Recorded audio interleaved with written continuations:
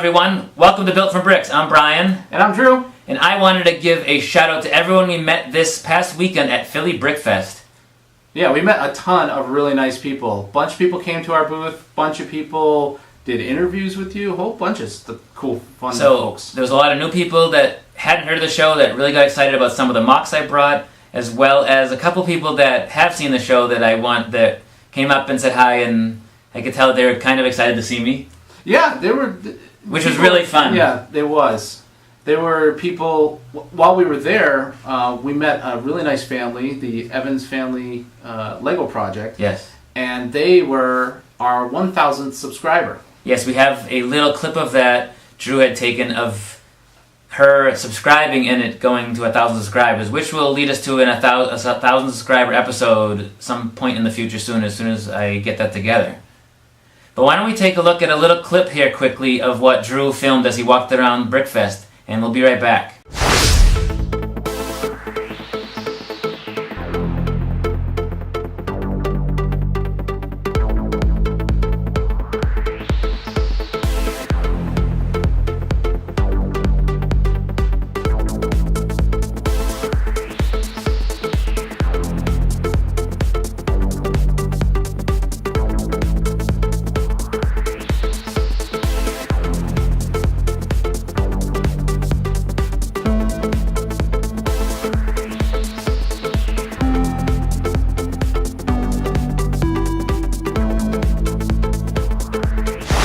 Hope you like that. Yeah, there are some amazing MOCs that people made. They're so creative. Yes, and the detail. The detail is what puts these MOCs together.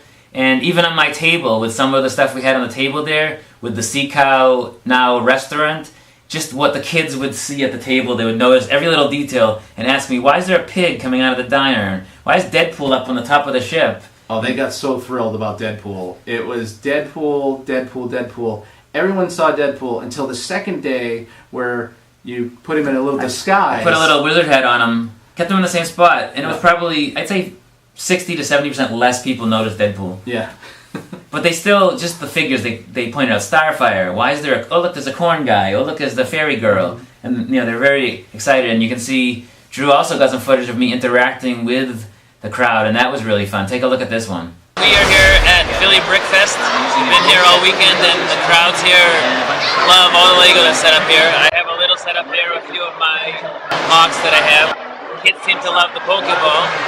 So you got the Pokeball, and there's one down the table further, but this one actually opens.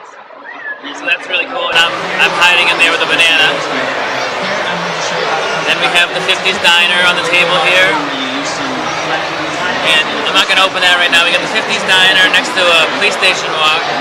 And then the Sea Cow restaurant, which it was a ship from the Lego movie, Metalbeard's ship, but now it's the Sea Cow restaurant. And you got a little bar area here, and I will show this part because it's really cool. This comes out, and you can see there's some people eating down below, some tables and a little buffet that they're sitting next to. So I put that back together. But overall, it's crazy here. There's MOCs everywhere. Some of the creations here are incredible, and people are happy to see everything, and it's just a good time. By the end of the weekend, Brian had that down. I had that down too, and we were going through and showing the MOCs and all those fun things. And how the stuff came apart. Yeah, exactly. I was able to touch one thing. He broke something once, but he fixed it. Speaking of that, why don't you tell him about some of the stuff you got? Yeah, because we were, exhibitors, vendors? Attendees.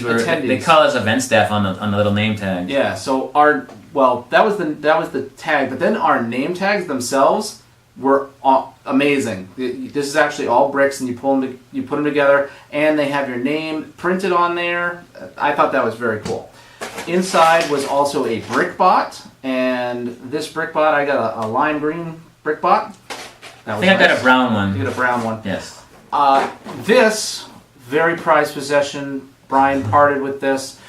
He won it in the charity, the raffle, the last raffle of the night, where they're bringing out gigantic $200 sets, $300 sets. Yeah, just amazing $400 sets, things like that. That's not the annoying part. I'm gracious of the gift. The annoying part is that right before they said it, he said, "Oh, I already got 2 of those." I go, "Well, you're going to have 3." And what did they do? The next second, they called my name. He's still laughing about this. can't help it. I already have one built behind me. My son has one who hasn't built it yet, and then I won the third one, which I graciously gave to Drew because he was such a good help over the entire weekend and dealt me when I was sick and everything else. So, but we also did another thing. We did special games, and one of the games was Brick Pong, and we took the first game and we won one of these each.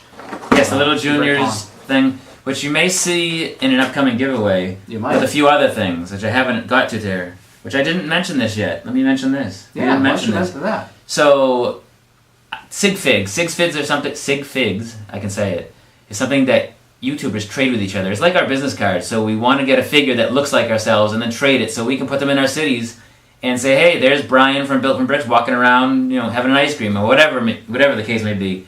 So I had a sig fig with hair, but the hair didn't really match my hair.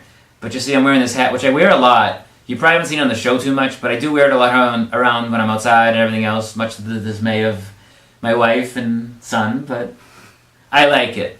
So I did find this. And if you can see, this is the hat that I'm wearing right now. It's called the Trilby. And Brick Warriors, giving them a shout out. They have custom Lego pieces, and I ended up picking up like 20 or 25 of these hats just so I could have them for all my sig figs that I do trade with other people. Look for that also in a giveaway because the only people that have been given these are pretty much other fellow YouTubers.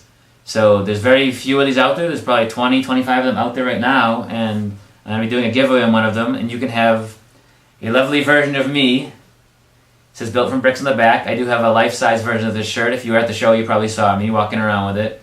But I was very excited to get these hats to match this one.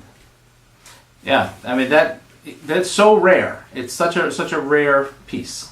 It's rare because it's something customized, and it's I've only given out a few of them. Anyone can buy the hat, but to have this figure like this, right? Exactly, pretty cool. And it matches them so well.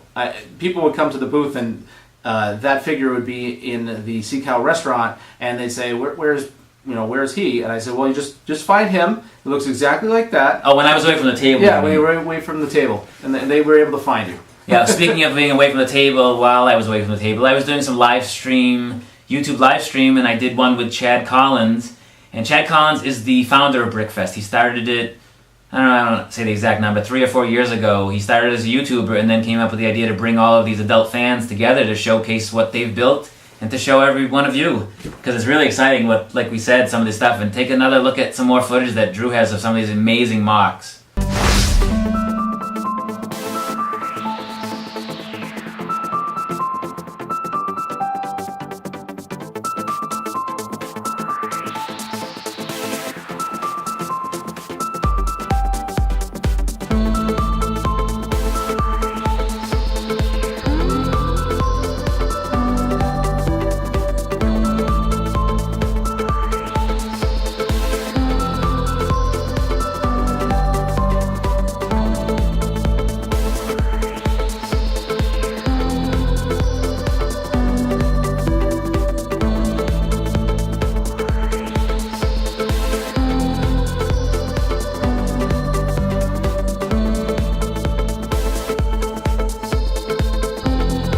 So those are some pretty amazing creations, don't you think? Yeah.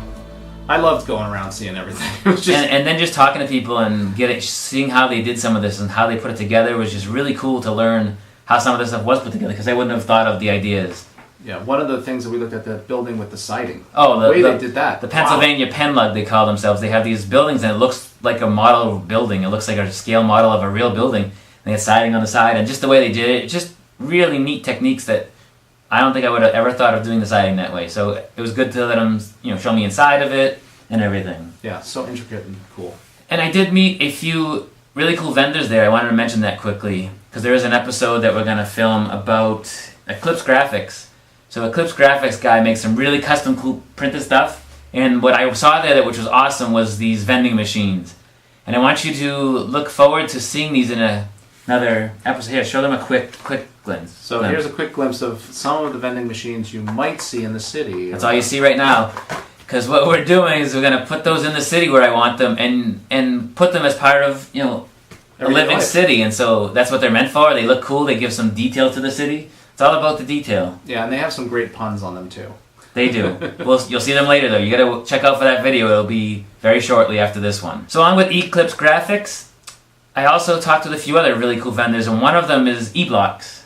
And Brian Johnson and Jim Seymour were the two that I talked to, and they have these really cool blocks that are coated in tin, and it allows you to create a circuit. So you can have a battery pack at the bottom, have all these tin plated blocks connecting up to the top, and put some LED lights on them. You can have, and it works like a real circuit. So if you have them backwards, it'll beep at you and tell you that there's something wrong with the circuit. They're really cool, and I'm working with him. Hopefully, I'm going to pick up some of that from them and give you guys a little showcase of that in the city and how they work. And they were really gracious enough to spend time with me and do a little interview, which was again one of my live stream videos as well. So, you got anything else to want to tell them? No, I mean you could just check out all the stuff that we did during Brickfest Live, lots of live stream. We actually have 4 hours of live stream at our table, so if you really want to see our table for 4 hours, you can check that out. I think I'll probably fall asleep. But we kept it going, try to be interactive. There was a chat room going and everything like that. And we'll probably do live stream, here at some point. Yes, we're looking forward to doing a live stream, but I'll schedule it so you guys have some time to set aside to do it and check it out while we're actually live and interact with us, because I like interacting with everybody. And the faces on the kids were what makes me happy about showing this stuff off and doing the show. So that was our show for today. And stay tuned for after the closeout, because there's a few more clips you might want to check out. Drew's going to put up a couple more things you can see from Philly Brickfest. So don't forget to like us on Facebook. Don't forget to check us out on Instagram and Twitter at BuiltFromBricks. And don't forget to subscribe. Tell your friends. Make sure they subscribe so we can keep providing you more fun, exciting stuff each and every week.